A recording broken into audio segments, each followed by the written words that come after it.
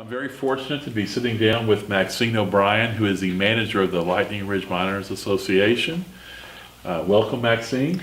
Thank you, John. Maxine is a good friend and also the namesake of my Spectrum Award-winning ring, the Maxine. And what I was going to ask Maxine is a few questions about the Lightning Ridge Miners Association for our customers back in the United States. And I guess starting, Maxine, the first question would be, what function does the Lightning Ridge Miners Association do? Okay, John. Well, the Lightning Ridge Miners Association represents the opal miners of Lightning Ridge. So we look at everything to do with the mining process. So we would negotiate with government on the rules and regulations under which we mine. We negotiate with like landholders for access. Anything to do with the mining process, we deal with a variety of people to protect the miners' rights. Yes. And you lived in Lightning Ridge a long time. You come from a family of miners, don't you? Tell us a little something about yourself.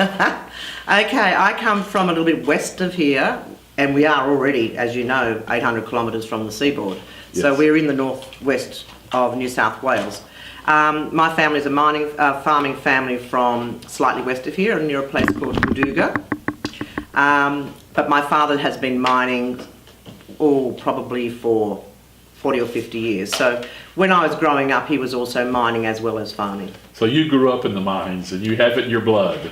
Well, yeah, sort of, yeah, up and down the ladders. Well, you know, I was a bit too light on to physically carry the jackhammer, so I used to get sent up the top around about lunchtime to, put the fire on to cook lunch. What thing amazes me about Lightning Ridge is the miners are all entrepreneurs. They're small operations. Could you tell us an example of like a typical miner and what size his claim would be? And it's an extremely arduous task of getting opal. Could you describe some of that for us? Yeah, absolutely. Opal is quite a unique gemstone because you cannot predict the resource. So you might dig a lot of dirt, unlike gold or something like that, where you can say, per so many tonne of dirt, I will get X grams of gold or ounces of gold. With opal, you cannot do that.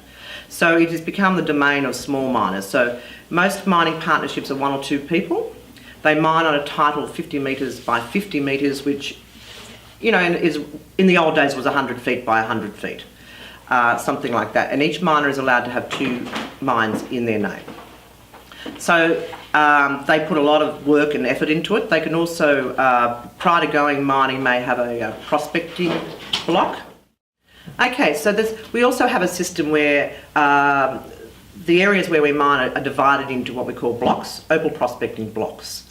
So a miner would go out there and explore with a 9-inch auger drill. So they'll just put down a little hole so they can check the levels, see if the geological conditions there where opal may occur is present, and they may even drill up a little bit of opal. If they think it's suitable enough, then they will register their 50 by 50 metre mineral claims, and off they go. So everyone's self-employed. Very few, most of them don't have workers, so to speak, they just work for themselves. So it's developed quite a unique culture because the industry really is made up of self-employed people, and right through the supply chain really, because most of the wholesalers are also small business people. So, for example, you could possibly have a family where the man and the father and the sons would go off and mine the opal. The wife may then cut and polish the opal. Then another member of the family may well be a jeweler or a retailer. There's it's a lovely industry to be in because it's quite family orientated. It's a generational business for a generational gemstone. Absolutely. Now, one thing that's on everyone's mind currently is the environment. Mm-hmm. And what I've been so impressed in visiting Lightning Ridge over the years is you see the sensitivity toward the environment.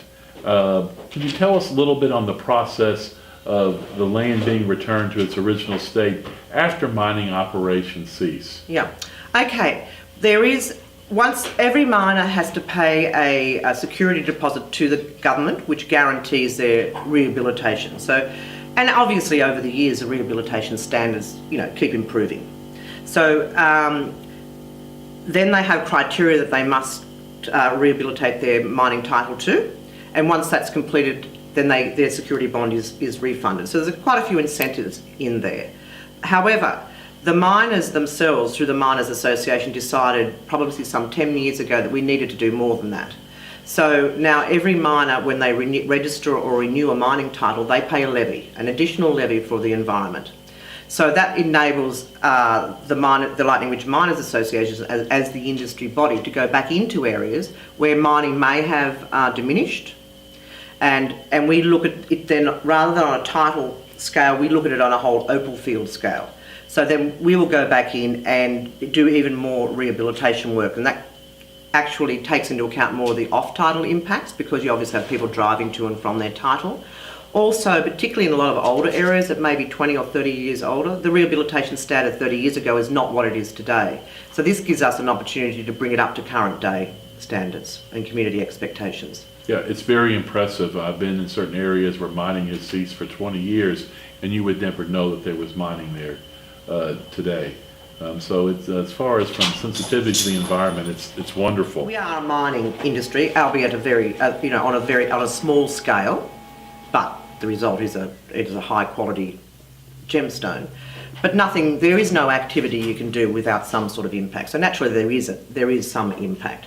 Most of it is visual, and most of it's also when a mining operation is actually occurring, rather than when it's finished, it's cleaned up.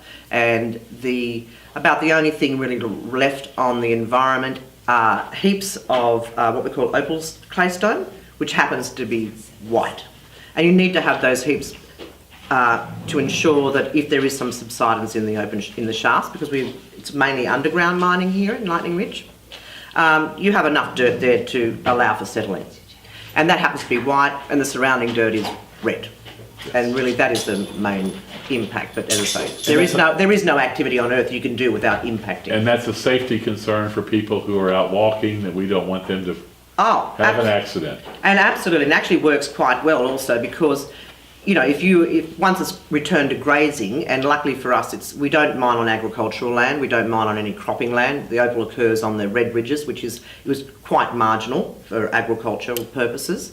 But still, if we have a good season and there happens to be grass, and as you know, you've been here in good seasons when it's grass up to here, and dry seasons when it's just dirt.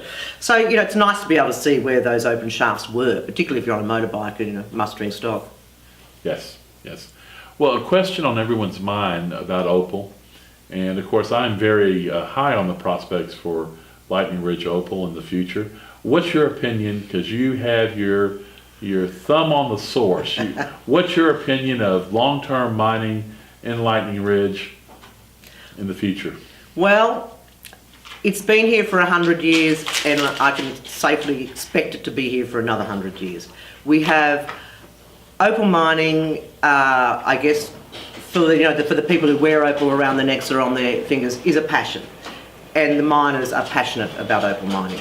So there's a lot of exploration activity happening at the moment. We have actually a mining reserve in this area, which is set aside just for small-scale mining for opal. We haven't even explored half of that reserve yet. So there's still a lot of country out there to be explored. Obviously, like any mining industry, there are ups and downs. So when the opal prices that the miners are receiving on the field are good enough to cover their cost of production, and which it is at the present, you'll see an increase in activity. We're seeing that right now. So there is so much country out there. I know I'm not a miner, but I'm sure the miners go out. Every time I've been out somewhere on the fields with a miner, they go, "Ooh, look at that spot. Ooh, that's got a nice little rollover. Ooh," again. So there's plenty of areas that hasn't even been looked at yet. Now, and we talk about field prices. I see demand in the world rising for black opal. It is the finest opal, the Lightning Ridge material. So long term, I see a steady increase in field prices as more and more people are exposed to the beauty of the stone, which has to speak volumes for the miners, as there are probably, in the last 2 years, double the amount of people mining? Yeah, probably. There would be. And a lot of miners that have sort of exited the industry for a little while have now come back into the industry. And as you say, it is the most well, I'm a little biased, most spectacular gemstone on earth. And as more people become aware of its rarity and its beauty, and it is very rare, a miner may find, a pocket of opal, but, a top gemstone in that is not necessarily going to be there, So the black opal and the beautiful black opal is rare.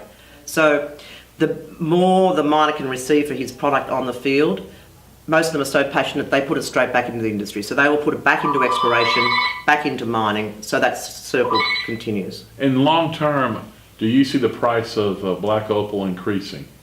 I think so, absolutely. We had probably 10 years ago, the prices that the miners was receiving on the field are substantially higher than they are at the moment. And I think we can expect to see it back there because, the product speaks for itself. Yes, it's just gorgeous.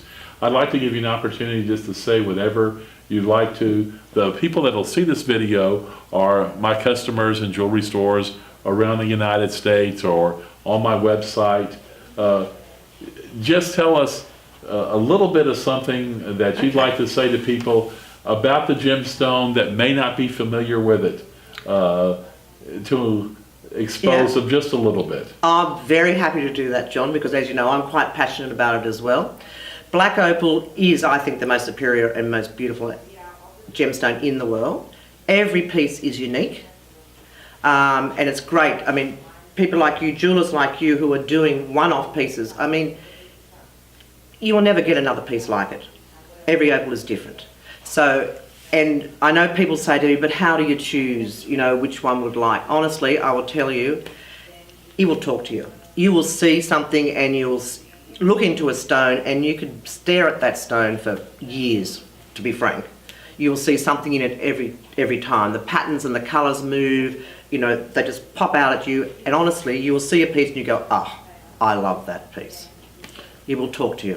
Opal is unique, and I want to thank you. You're one of the most unique persons I've ever met, and we appreciate all the work you do. Thank you, John. Pleasure. Thank you.